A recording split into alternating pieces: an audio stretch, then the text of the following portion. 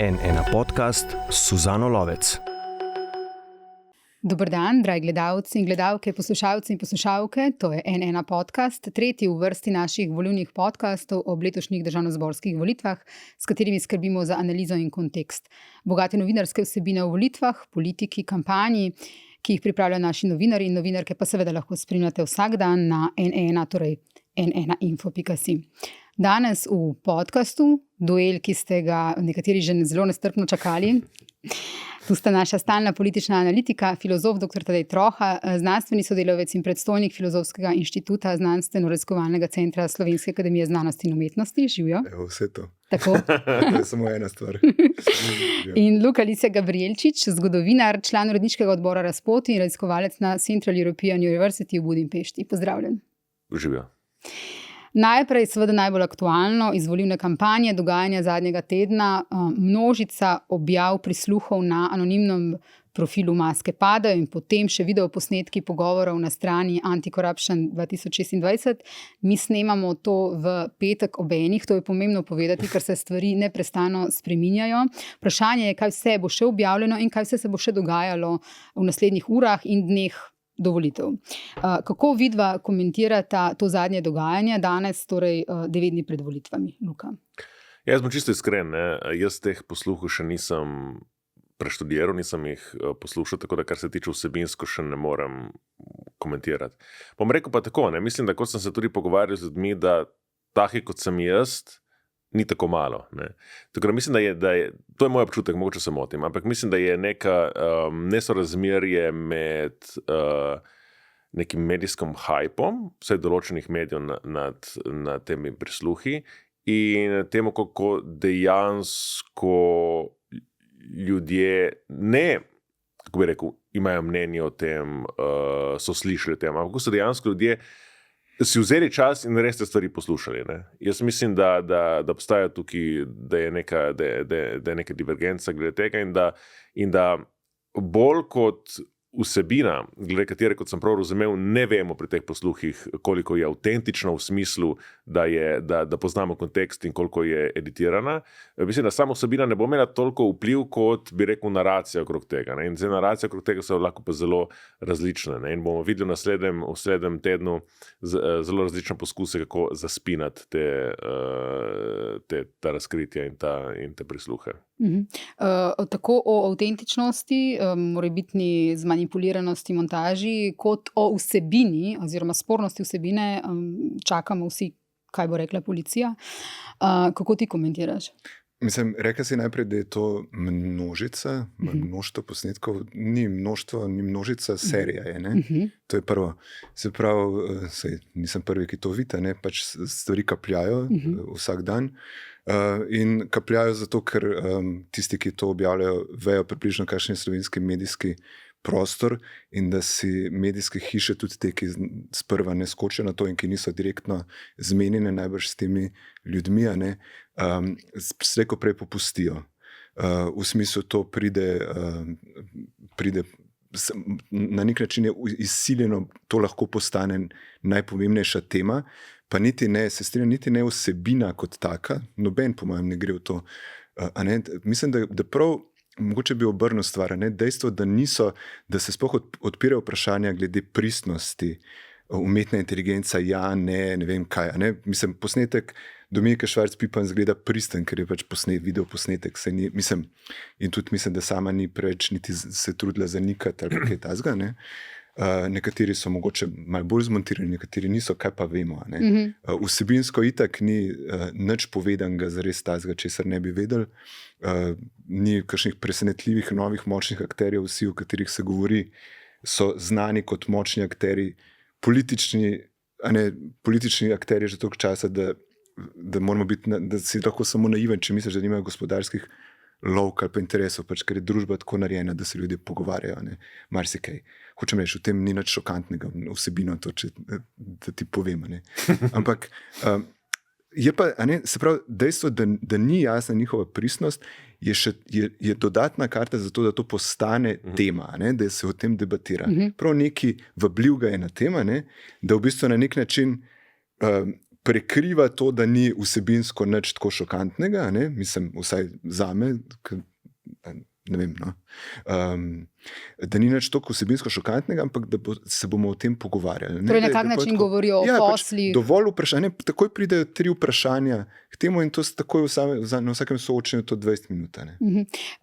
Po naših informacijah je ena oziroma mojih kolegih, ki se intenzivno ukvarjajo s to zgodbo, torej to smo objavili v članku, mislim, da pred 1 uro, po naših informacijah je malo verjetno, da gre pri objavljenih posnetkih Švarc-Pipan, Zidar Klemenčič in Hodeja za tako imenovani globoke ponaredke, obstaja pa možnost, da so posnetki prirejeni in zmontirani. In to bo treba še razčistiti. No jasno, ampak sej tudi, ko bomo to zvedeli, se ne bo nič pretirano drugače. Šlo je za to, Dominika Švarc-Pipan je pač naivno enim ljudem, ki jim je verjela, da so lobisti, tako kot ona, oziroma da so neka firma, ki z lobisti, kar bi ona rada bila, pač sodeluje, jim je pač predstavila, orisala situacijo v Sloveniji, kot si jo lahko mogoče tudi kdo od nas predstavlja. Našteje pa pač pomembnih akterjev, razlika je samo v tem, da ona pač ima telefonske številke teh ljudi, jaz jih pa nimam. Tako, drugače pa vsebinsko je predstava pač taka, kot je. Seveda so eni ljudje izpuščeni, ker v končni fazi ona tudi nima najboljših stikov z enim polom, politike, tako da ne vem, nič ni tazga. Zdi se mi pa pač res, je pa vprašanje, seveda, in tudi, ki je pač treba povedati, seveda je to cel princip, da se to pojavi zdaj, se je prozorno, da je pač to predvolilna stvar. Kdo je tukaj zraven sodeloval, ne vem, Borut Mekina včeraj, mislim, da v četrtek na Odmevih omenil, da bi to najbrž bila neka država, sam še to je manjka, da se reče, da je na I, tako da, pa ne Italija, tako da sigurno je to v interesu. Videli se bo, od tega, komu bo to koristilo, se bo videli najbrž, kdo je to zorganiziral. Opozorila bi bralce in bralke tudi na naš današnji članek, afera s posnetki. Mislili so, da se to pri nas ne more zgoditi teden do volitev, je vprašanje časa, kaj nas še čaka. Čeprav razumem, oba mislita, da bistveno na volitve to ne bo imelo vpliva. Ne. Aha. Jaz bi te vprašal, zakaj se ti zdi, da kdo je mislil, da se to pri nas ne more zgoditi? Ker jaz, dobro, mogoče sem jaz tukaj, bi rekel, anomalija, ker imam mogoče malo daljši zgodovinski spomin kot poklicna deformacija, ampak spomnite malo v 90-ih letih. Vse konc 90-ih let se je bilo vsak mesec so bile neki presluhi ali pa neki dokumenti so prišli ven. To je spremljeno našo politično realnost skozi prvih 15 let Slovenije, kulminiralo pravzaprav v aferi Patria, ki je tudi temeljila v večji meri na prisluhih in na tistem dokaj netransparenten dokumentarcu. In ki je tudi izbruhnila pred volitvami. Zato mislim, da ta enigma. Pred tem je bilo 2006, je bila tudi neka afera z Jankovićem, ki se ga je, bi rekel, dotaknila to, kot še vse afere doslej, nič. Tako da je mogoče tega ni bilo nekaj let, na tak način. In zdaj v bistvu to tretiramo, kot da je to zdaj nekaj novega, pa povezano s temi novimi tehnologijami. To je vedno bilo in je vedno imelo omejen vpliv na odločene volivcev, predvsem pa ne neposreden vpliv na način, kako v smislu, zdaj pa prišlo nekaj ven in to bo škodilo osebi, ki jo tangira. Zdaj, tukaj prvič te posnetke, kot sem jaz razumel, so v glavnem ljudje, Vesna Vuković, Švarc-Pipan, bomo videli, kdo bodo na naslednjih posnetkih. To so vse ljudje, ki so v bistvu že izstopljeni na nek način z aktivne politike. In je vprašljivo, koliko bo to imelo nekega neposrednega vpliva. Predvsem pa doslej se je še vedno izkazalo. In to velja tako za tiste, in mislim, da na nek način, tukaj se jaz ne strinjam z naracijo marsičesa se ne strinjam z naracijo, ki je lansira SDS, češ da je afera Patria takrat 2008 bila glavni krivec, da Janša ni dobil volitev in tako dalje. Če se spomnimo, tudi tiste tedanje dinamike ni bilo tako neposredno. Neposreden rezultat tistega finskega dokumentarca o Patrii in tako dalje, ni bilo, da je kolapsirala podpora SDS-u. Ravno nasprotno, kampanja je še nekaj časa potekala, nekaj časa je bila to tema, okrog kateri se je polarizirala, v anketah se je na to okrepila zaradi tega SDS in kot posledica te okrepitve so se potem volivci združili okrog stranke, ki je imela največ možnosti, da bi lahko Janšo premagali. Se pravi, je bil zelo zapleten in nelinaren odziv javnosti in jaz pričakujem tukaj nekaj podobnega. Ne? Ja, ne, mislim, sam to bi dodal, ne, mislim, se mi zdi, da pa bi pol res mogoče šli naprej. Mislim, da tisti učink, ki lahko je, o katerem se mogoče malo manj razmišlja, ni mogoče samo učink na te rezultate volitev same in na glasove, ampak na to, kako potem, ko se bojo koalicije sestavljali, če bo treba kakšno sestaviti, bo najbrž ta umazanost gibanja Svoboda, ne, mislim, oziroma nekih likov, ki so tako povezani. Ne, tukaj lahko kot izgovor, da bo Anže Logar rekel, da ne vem, bi raje šel z kom drugim. Ne vem, recimo. Kaj tazga? Torej, po volitvah. Mislim, ja, ne, to je čista špekulacija. Sam pravim, učink, ne vemo še, kakšen bo imel učink. Jaz mislim, da je pač najpomembnejše to, da res, in če bi se lahko izognili na naslednji teden na soočenih pač da ne bi to bilo glavno vprašanje, bo že pomembno. Vprašanje je, da na nek način to vsem koristi, ker seveda logično koristi SDS-u in opoziciji, da je to tema na soočenih, ampak koristi tudi Golobu, ker Golob že ima spin, kako to neutralizirati. Torej zunanji faktor, vplive na volitve. Nedvomno zunanji faktor, ta država z IO mogoče bo tudi bolj eksplicitno omenjena, to vedno koristi v slovenskem javnem mnenju, ki je zelo nenaklonjeno Izraelu, in v nekaterih državah se vse, pa jaz sem kot veste, zelo kritičen do Putina v Rusiji, ampak v nekaterih državah vemo, da se nekatere stvari, ki so očitno notranji problem, ekstrapolira na Rusijo, pri nas se pogosto ekstrapolira na Izrael. To bo pa seveda ne... No, sem da za eno ti trdiš, da je res, da eno pa ne. Ne, nisem tega rekel. Ne vem glede tega, ne vidim. Res je, očitno, če so res tako profesionalno izvedeni, bi rekel, čisto tehnično profesionalno izvedeni te prisluhi, potem, kako bi rekel, ljudi, ki so blizu slovenske desnice, ne naravno slavijo po svoje tehnične profesionalnosti, tako da mogoče so res dobili pomoč od nekoga, ki bi imel interes pomagati. To je čisto moj razmislek. Ne zanikam tega. Ja? Ne. Hodila sem reči, zdi pa se ti, da bo v bistvu vsak lahko delal spin na tem. Obe strani. Ja. Ok, gremo naprej. Zunanjo politiko smo v bistvu že pripeljali sem.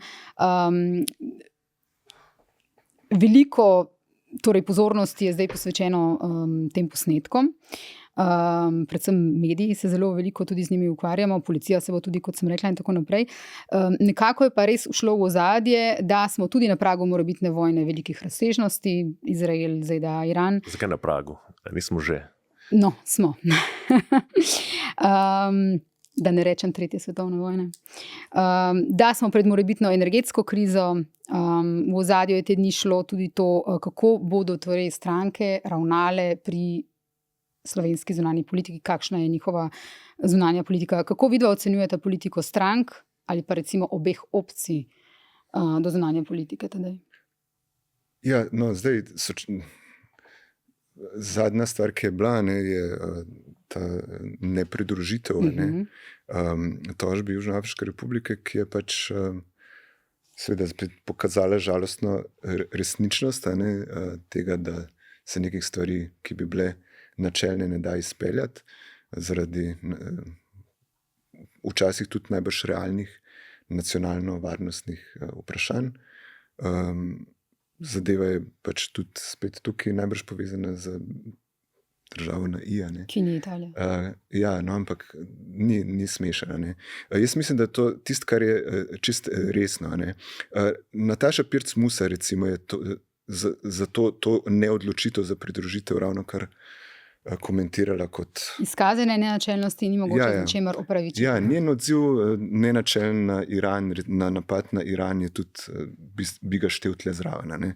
Tako da lahko je pametovati o stvarih, ki so že za nazaj, zmenjene, že na nek način postanejo del sprejemljivega diskurza.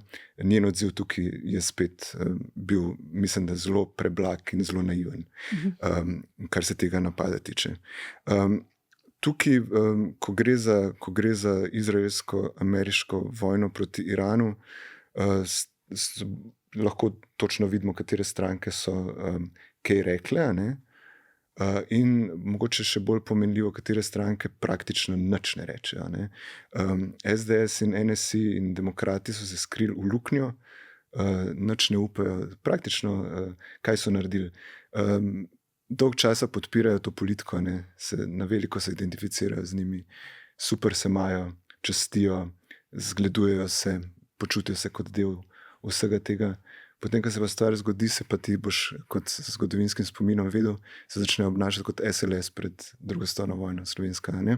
Se pravi, to, kar naredijo, ko stvari zares zagustijo, je pa Slovenija kar naenkrat je edini interes Slovenije samo to, da svojo pač zaščiti svoje te male interese, kar jih ima, da se poskrbi za malega človeka in tako naprej. Ne? Ker naenkrat ni več nobene globalne politike zares tukaj, vse moramo pozabiti, vse se moramo delati, da ne obstaja, zraven skupaj z nekim hecnim optimizmom včasih celo, kako bojo te krize hitro končane in tako naprej. V glavnem, žalostno. Ne? Je pa zdaj tako, da kar se tiče, zato pravim, pač za to, da je bil genocid v Gazi prepoznan z strani večine, ne, je trajal eno leto, leto pa pol, ne vem kaj. Ne. Zdaj celo ni treba več vsakeč reči 7. oktober, prej, ne, kot to rečemo. Kar se tiče napada na Iran, smo še zmeraj v procesu, ko se stvari tako postajajo otipljive in realne. Ne.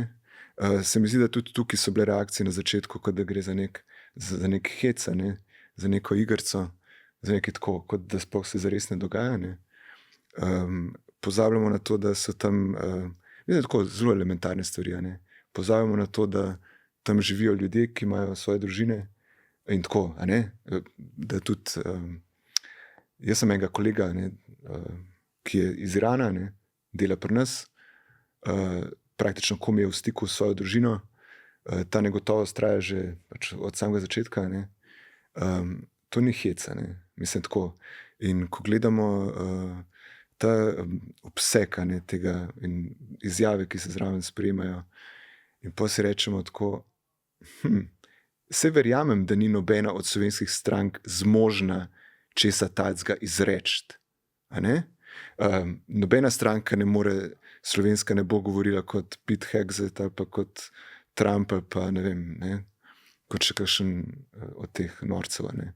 Ampak enkrat se morajo stvari začeti arhivirati. Ne. To, da ti podpiraš stvari, preden eskalirajo, si ti pač soodgovoren. Vse, kar se je dogajalo, so te stranke podpirale. Ne. Te, ki so zdaj opozicijske, čisto vse. Čisto vse, kar pripravljajo do tega od A do Ž. In mi je smešno, tako v vseh teh predvolilnih soočenjih, mislim, enkrat ni nekdo rekel, evo, dajte, tole ste govorili. In o tem je bilo fajn razmišljati. Luka. Ironično mi je bilo, če bi v trenutku, ko rekel vsaj v Evropi, ampak kaže, da tudi v velikem delu Združenih držav, ne, če gledamo ankete, nihče ali pa zelo malo ljudi podpira Trumpovo zunanjo politiko. In zelo malo ljudi verjame v to zgodbico, ki mi je nedavno razlagal celo nek gospod, ki kandidira danes za stranko Mi socialisti, češ da je Trump miroljuben in da bo prinesel mir, o čemer so pisali tudi ljudje, kot so Aurelio Juri še pred 6 meseci in tako dalje. Ko nihče ne verjame, ne tisti, ki so bili na desnici dolgo časa, kot je omenil Tadej, zaslepljeni za Trumpovim zgledom, ne tisti, ki so se podlegli njegovemu šarmu na levici, ne verjame več v to, se zavedajo, bi rekel, izjemne nevarnosti takega človeka na oblasti. Kako ironično je bilo, da bi prav v tem trenutku zmagal zaradi notranjepolitičnih vprašanj.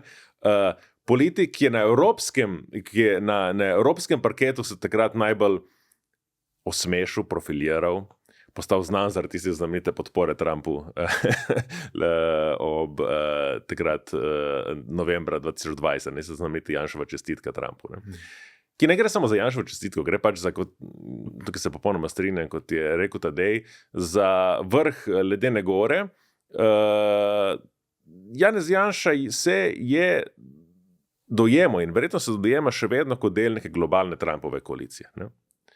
In zdaj smo prišli do točke, da je tudi za njegove volivce, po mojem, a pa tudi vsaj za potencialni del tistih volivcev, ki bi sicer iz ekonomskih razlogov, iz, kar smo govorili prej, na zadovoljstva popolnoma razumljivega nad vladajočo stranko in tako dalje, bili pripravljeni glasovati za stranke resne opozicije, da bi v tem trenutku oni uspeli zmagati. V ravno trenutku, ko bi rekel, se je pokazala geopolitična, bi rekel, bankrot tega šlepanja na Trumpa. Ne. To, kot se je pred 4 leti, ko smo imeli volitve 4 leta, pokazal bankrot šlepanja na Putina. Ampak se tudi jaz strinjam, da je tako kot takrat, tudi tokrat ta zunanja politična razsežnost, ki pa je, kar jaz opozarjam že dolgo časa, ključna za, mislim, ne moremo tudi v slovenski notranji politiki razmišljati, kot da živimo na nekem lastnem planetu in se nas stvari okrog ne tičejo. Ne. Smo v nekem izjemno zapletenem trenutku, izjemno kritičnem trenutku, izjemno nevarnem trenutku in za Boga je pomembno, kako se naša stranka tudi pozicionira glede zunanje političnih vprašanj. Ne. In smo potrebovali kar nekaj časa, kakih 10 let, da smo se tega zavedali. Ne. Ja, ampak recimo je zanimivo, ne? V momentu, ko bi se moral pozicionirati, je cela družba dobila, tako kot običajno v Sloveniji, pač nek fetiš v roke in to je bilo reševanje ljudi, Slovencev iz Dubaja. Ne? To je prav tako, kot da bi v telesu to nočem zares vedeti, kaj se dogaja, nočem se prav podpišeš, tako rekoč, mi v bistvu smo, to, kar sem prej rekel, da SDS pa NSI pa itd. Ne, delajo, da se naredijo majhne, nepomembne, da imamo samo ta naš mali interes. Bomo videli, tako kot nas bo veter nosil okrog.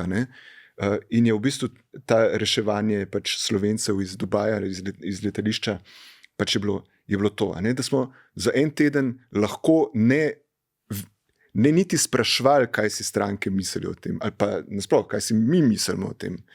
Kot da, pač, ker nismo imeli nadzor. Topli obrok ne je postal. Ja, no, dobro. Dokler se ni stvar seveda odznotri pol, ko fetiša nismo več rabili, pa se odznotri sesu, tako rekoč, ker se je skoraj odpravil, ker je šla zadeva v absurd. In je kar naenkrat bilo tako, v bistvu pa mogoče ta stvar res ni najbolj usodna. To je, mislim, v tem smislu. Se ne pravim, to je zdaj spet treba dati ta disclaimer. Seveda je treba ljudi pripeljati teda. Sam ne moramo se s tem, da mora to biti glavna novica, ker nikjer drugje ni bila. Mislim, ni hecen, kjera država se je še s tem ukvarjala toliko kot mi. Ja, ne vem. Prav nekaj je na tem slovenskega. Ja, nekaj. Ja, ampak, kako bi rekel, velika nevarnost v takih trenutkih je, da človek otrpne, da se mu zazdi, da je vse, kar se dogaja, popolnoma izven njegovih moči, izven njegovih, in da pravzaprav sam ne more narediti nič. In to je dosti bolj nevaren občutek, kot pa v bistvu pripoznanje, da čisto na elementarni strani, na elementarni ravni je mnogo stvari, ki jih lahko storimo in ki jih lahko storimo pravzaprav z neko, kako bi rekel, organizacijsko veščostjo, ki nam lahko tudi večje države zavidejo. Ne? Tako da jaz mislim, da je bil mogoče to, da smo uspeli, ta naš konzularni oddelek na zunanjem ministrstvu se je že izkazal takrat pri COVID-u, če se spomnimo. Ne?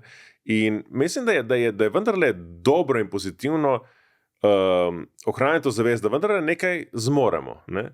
Da moramo zaščititi svoje državljane, to je zelo pomembno. Zato to država je pravzaprav ena izmenjenih temeljnih funkcij. Problem je v tem, ko pride to kot politična tema, zdaj vidiš, kako prazna je v tem smislu kot politična tema, ker ti ne preostane drugega, kot da to podpreš, pa še vedno opozicija tega ni mogla podpreti in tako hkrati hotela, da pridejo kasneje in prej, da pridejo ceneje in dražje, vse hkrati, pač, ker so brez teksta, ne ostali. Čisto zares. Nazaj k volitvam. Pred temi volitvami je v bistvu še ena stvar, mi je fascinantna. Civilna družba kot objekt in subjekt tokratnih volitev. Civilna družba je izjemno pomemben faktor. pred vsemi volitvami, recimo Rimokatoliška cerkev, spomnimo se pred nedavnim referendumom, na katerem je padla ta pravica do pomoči pri prostovoljnem končanju življenja na smrt bolnih. In je tudi vedno pri volitvah nekako zraven. In pa na drugem ideološkem polu izjemno aktiven inštitut, recimo 8. marec, pa ne samo inštitut 8. marec, tudi drugi. Zadnji so recimo izjemno aktivni, ob tem pa so nevladne organizacije tudi del kampanje kot tema.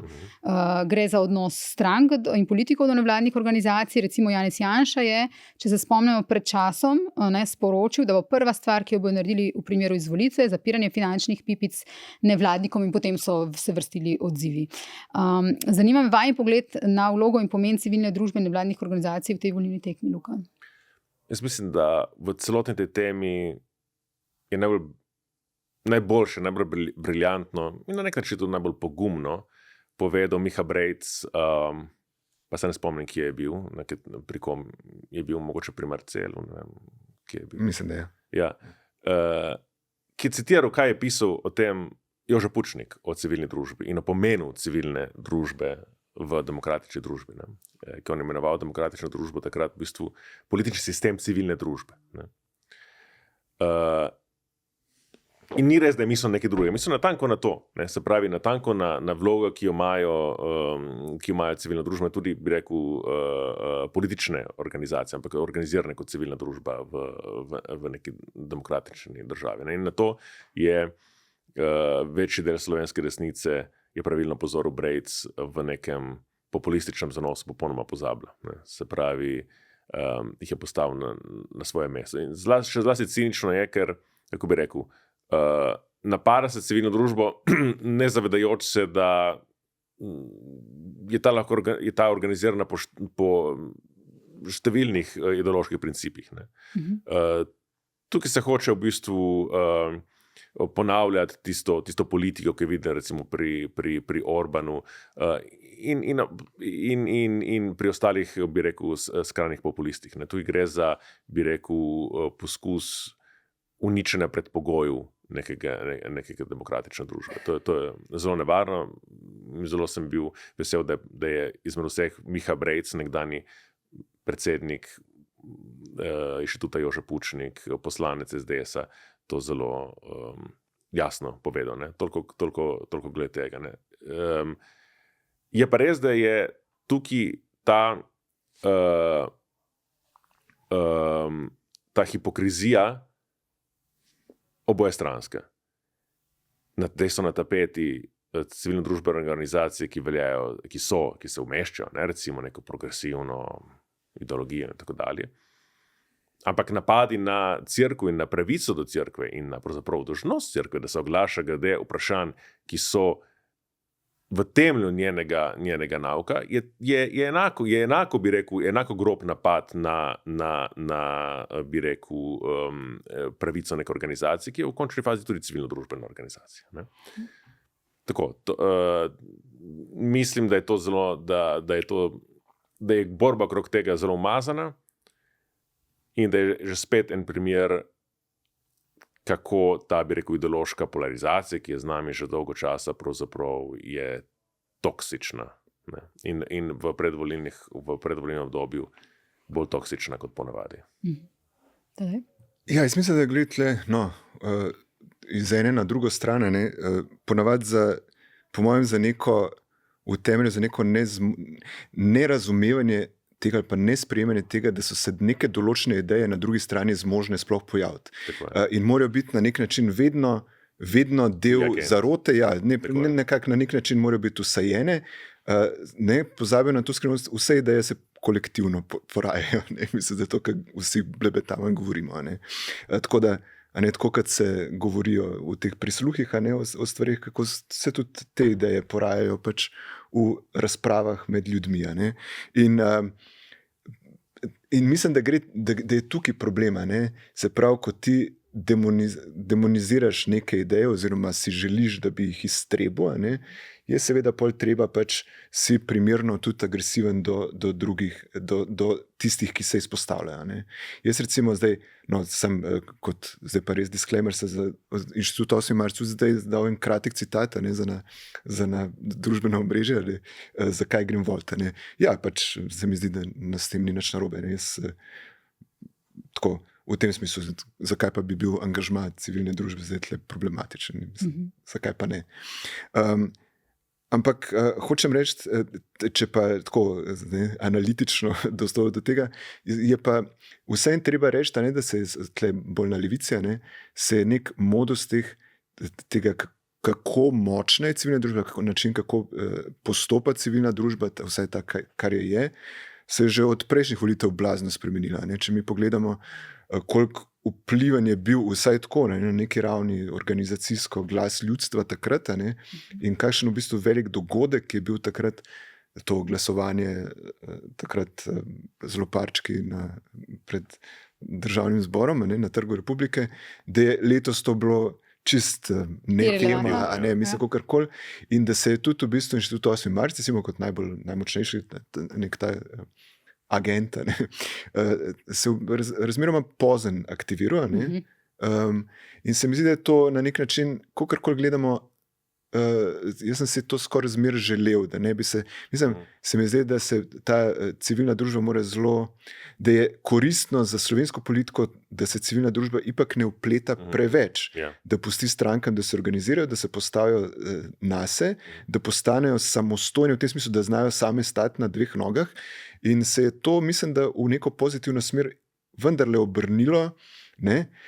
Tako čist, če gledamo, to, kar je levica, ta združitev zvestno naredila, je na nek način, in tudi to, da so imeli čas, ko se profilirati, pa mogoče še kakšno osebo lansirati, pa tako naprej, malo se postaviti na svoje noge, je pomagalo. Mislim, da so učinki dobri, da ni treba reči, mi smo sicer stranka taka pa taka, pa imamo pa še dva okoljska aktivista, ki nam pomagata, se nas ne zanima zares, ampak tako.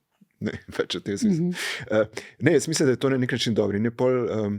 Tako na desnici pa mislim, da je pa itak zanimivo. Se mi zdi, v desni civilni družbi, kaj pa se tudi cela desna politika je v tej kampanji, če tako pogledamo, na nek bizaren način zelo prazna, sploh v resnici ne ve točno, kaj bi govorili. Jaz mislim, da so res, jaz ne vem, če so kdaj, ampak resno, če prav objektivno gledati, če so kdaj bili toliko brez teksta, kot so zdaj. Veliko nesrazmerje med temi napadi na civilno družbo in nad realnim vplivom. To kot mislim, tukaj se ne strinjam, mislim, da se ne strinjam mi dva, ampak nismo mi dva v dialogu, ne moče da je drugič. Mislim, da je tu kako je bilo po referendumu o tem zakonu, eutanazije oziroma prostovoljno končanje življenja, bilo veliko nesrazmerje med moralno paniko, ki so ga lansirali nekateri zlasti pobudniki tega referenduma, oziroma pač tisti, ki so se organizirali za podporo zakona, češ prižnice so zaslužne za to, da je padel referendum, ja pač potem ne predlaga take zakone v državi, če se ti zdi, da je tako zelo katoliška. Mislim, kaj ti čem reči. In realno težo, ki je po mojem vloga Cerkev tukaj imela. Najbolj enostavno reči. Misliš, da je imela zdravniška zbornica več? Ja, mislim, da je imela. Se bi se strinjala. Bi se strinjala, da bi stavila. Mislim, da je to, kar je pisal pokojni Alojz Ihan, ne samo, da je bilo dosti bolj tehno, kot nekatere stvari, ki jih je lanciral Aleš Princ, ampak da tudi, da je na bistven del neke populacije, tiste, ki se redno udeležuje volitev in tako dalje, in je zato dosti bolj vpliv na referendumih, kjer je udeležba nižja. Mislim, da je bilo to dosti bolj vplivalo kot Cerkev. Ker pač tisto se ve. Tiste ljudi, ki jih nagovarja župnik iz Prižnice, se približno ve bolj ali manj, kaj bodo govorili. Tako kot je bolj ali manj jasno, kaj bodo volili tiste ljudi, kaj bodo volili tisti ljudje, ki jih nagovarja Inštitut 8. marec. Ampak postopno korak nazaj. Vloga civilne družbe tukaj je in se zelo jasno pokazalo na teh volitvah je, da mobilizira neke volivce, za katere se itak že ve, kako bodo glasovali. Ker to je pač nevarnost bolj. In to so volitve, ki se bodo bolj ali manj, zato tudi vidimo to idejno praznost bolj ali manj povsod, ker vsi vemo, kako smo se pozicionirali bolj ali manj, so neke neznanke, ampak glavno vprašanje je volilna udeležba, kdo bo uspel mobilizirati svoje volivce in kdo jih ne bo. In za to gre. Ne, pravim, se opravičujem, sem to. Ta praznost, recimo, če pogledamo ta vprašanje zdaj bencina, znižanje trošarin, a ne, spet tukaj se mi zdi, da desnica spet v resnici, a ne, bi hkrati rada, da bi bil bencin dražji in cenejši. Res, čisto res. Mislim, prav vidiš, kako je znižanje trošarine problem, tujce nam bojo vas bencin popil in pokradili. Zvišaš trošarine oziroma jih pustiš enake, ubogi slovenski človek. Mislim, isti je rezultat. Zato pravim, brez teksta so zato, ker se mi zdi, da čist resnično so brez teksta, ker ga res nimajo program, ker jaz imam občutek, da sploh ali se delajo, da ne vejo, kaj hočejo, ker se bojo že odprli knjigo, ki jo imajo napisano, iz katere bojo delali, če pridejo na oblast. Ampak tako, kaj realno so pa ideje, pa tako, to je vse. Čau. Za koncu vaju prosim še za kratke ocene strank, da mnogi ljudje se ne spomnijo, nimajo zgodovinskega spomina ali pa ne berejo zdaj sedanjih programov ali pa ne gledajo soočen, tako kot jih mi, ne delajo takih analiz, kot jih vidva delata tukaj, recimo pri nas, pa tudi kje druge. Skratka, kakšno je vajino mnenje o tej stranki, ocena, kako bi jo označila, zanalizirala v enem stavku? 2 maksimalno. Zdaj se mora zamenjati voditelj. Je lahko tak nemški stavek, tak traja. Pri nas se ne bo zamenjal voditelj in tudi stavki ne bojo dolgi. Tako da najprej... Koliko maksimalno število podredi? Kapico, podredno kapico. Ja, poved je v redu. Ja, ena poved. Kako bi pač... Kako bi... Podpiče, da je. Moje poved je lahko tudi po pol strani. SDS? Ne, daj ti začni. Za SDS možeš začeti, sorry. Veš, v enem stavku, da opišeš. Svoje mnenje. SDS je stranka, ki ne rabi opisati, zato ker ima vsak v Sloveniji zelo jasno definirano mnenje o njem. Če to nekdanji član pove, to treba. Se strinjam. Se strinjam, absolutno. Ja. Gibanje Svoboda? Jaz sem jim na začetku rekel, da so sekta. Ja. Veseli me, da je veliko ljudi, ki so to sekto najbolj resno jemali kot sekto, iz te stranke šlo ven. Stranke, ki so jo vsi absolutno podcenjevali in ki jo ni šlo podcenjevati, zato ker utegne doseči, zdaj se poteguje resno za to, pa je že postal stavek z velikimi podredi, veliko podredi, se poteguje za to, da bo prva levosredinska stranka po Drnovšku, ki bo uspela ponoviti mandat. In je že prva stranka od takrat, tistih volitev 2004 na levici, ki je na volitvah nastopila kot absolutno hegemonični kandidat na desnem polu. In to je dosežek. Samo, da ni na levici. Ja. Pardon, levo polo. Levica, ki nastopa skupaj z Vesno? Ne začnemo takrat, ne? Ja. Tisto, kar sem že prej rekel, jaz mislim, da dejansko jim je uspel iz takih in drugačnih razlogov zares prodati to zgodbo, ki je najbrž precej resnična, da je vse, o čemer se je o prejšnji vladi možno pogovarjati, pravzaprav njihova stvar. Ja. O tej vladi? Ja. Ja, v bistvu bi rekel isto, lahko pa bom poskušal z drugimi besedami.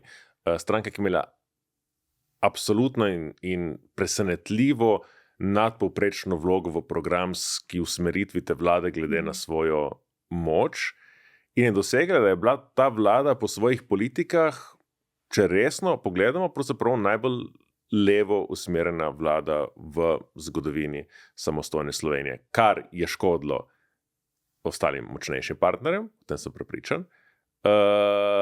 In kar je končno uspela, znala Levica zdaj v tej kampanji kapitalizirati zase. Nova Slovenija, ki nastopa z SLS in Fokusom? Naj začne zdaj on,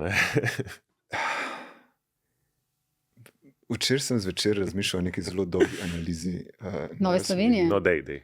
Ne morem je povedati. Ne, ker bom šel v zapor za to, če bom to povedal javno. Ne, resno, jaz v bistvu hecno je to, da je to stranka, ki bo tudi v povezavi z Fokusom in karkoli so že ta tretji SLS. da to, če sem prej rekel, da so brez teksta, opozicija, oni so pa res brez teksta. Ne? In da se za tako stranko voli 6-7%, to je res neko ontološko vprašanje.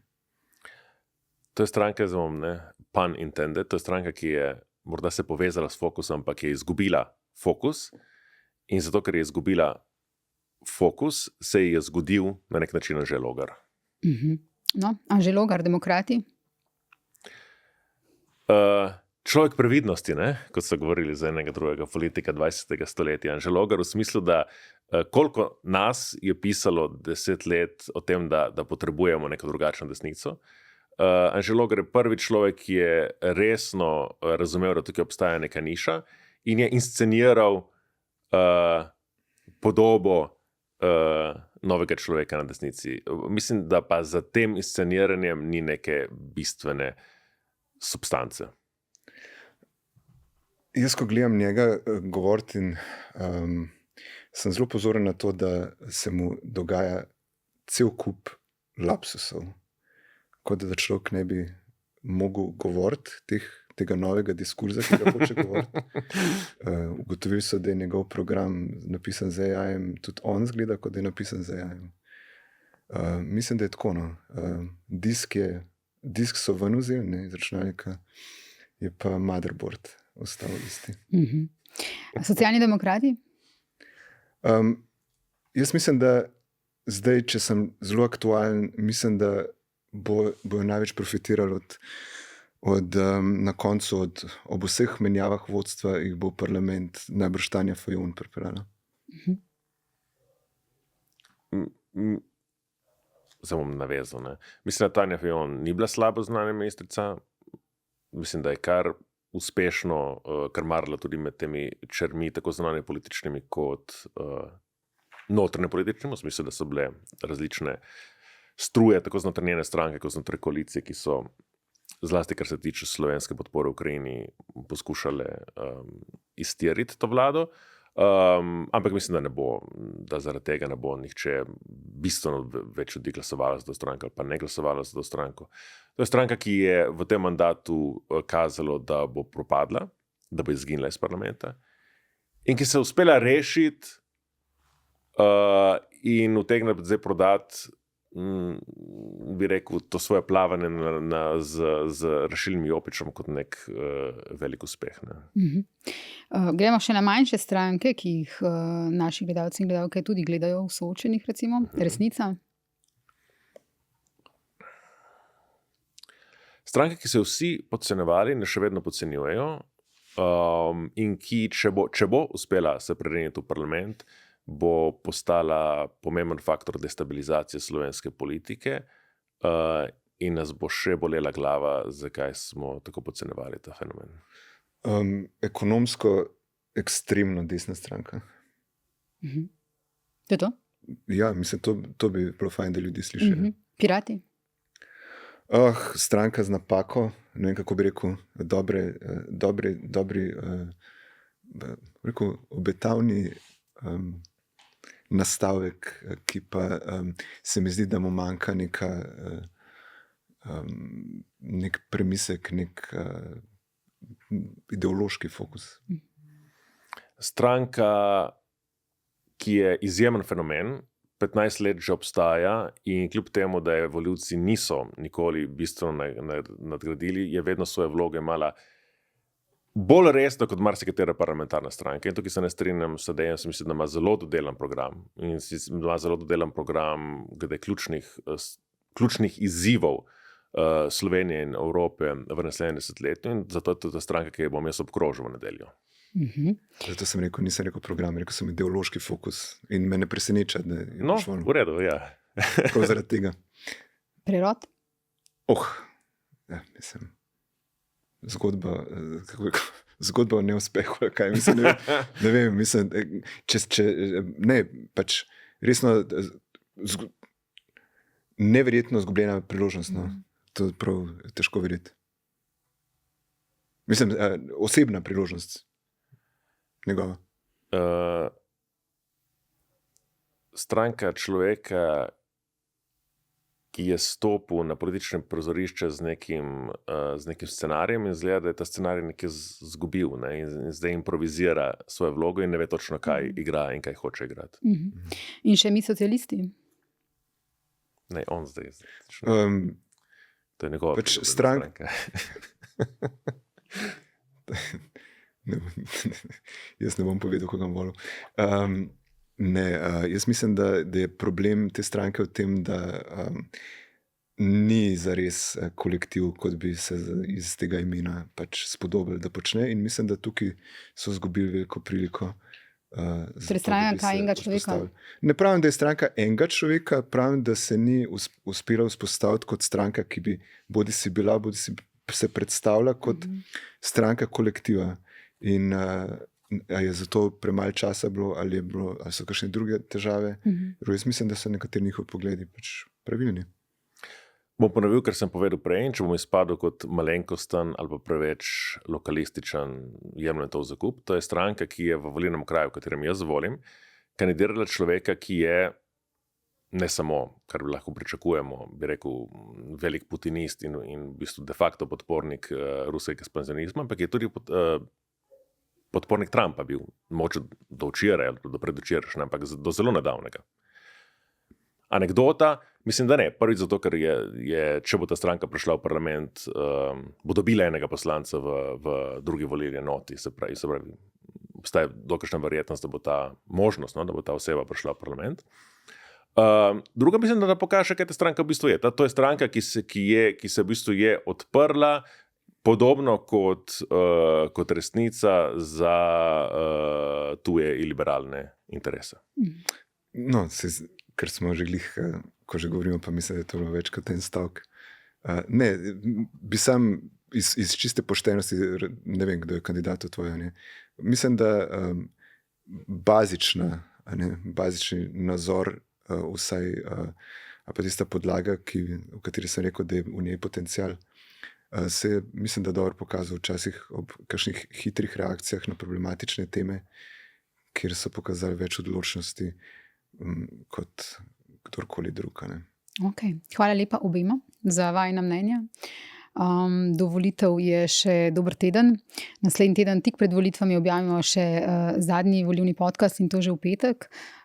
Tega, ki smo ga zdaj posneli, bomo seveda objavili v soboto, jutri. Vse moje oddaje najdete, dragi gledalci in gledalke, na n1info.si v rubrikah podcast in poglobljeno. Na nje se lahko naročite pri vseh večjih ponudnikih podcastov in na YouTube kanalu N1 Slovenija. Gledate jih lahko tudi na Evnu in na strani Metroplay. Dragi gledalci in gledalke, srečno in hvala, ker ste vsak teden z mano, in vama dvema tudi hvala. Lahko sem še nekaj povem. Pa pejte na volitve, ne? Treba povedati. Ja. Oba so se oblekla v pulje. Očitno nočejo, da pride pomlad.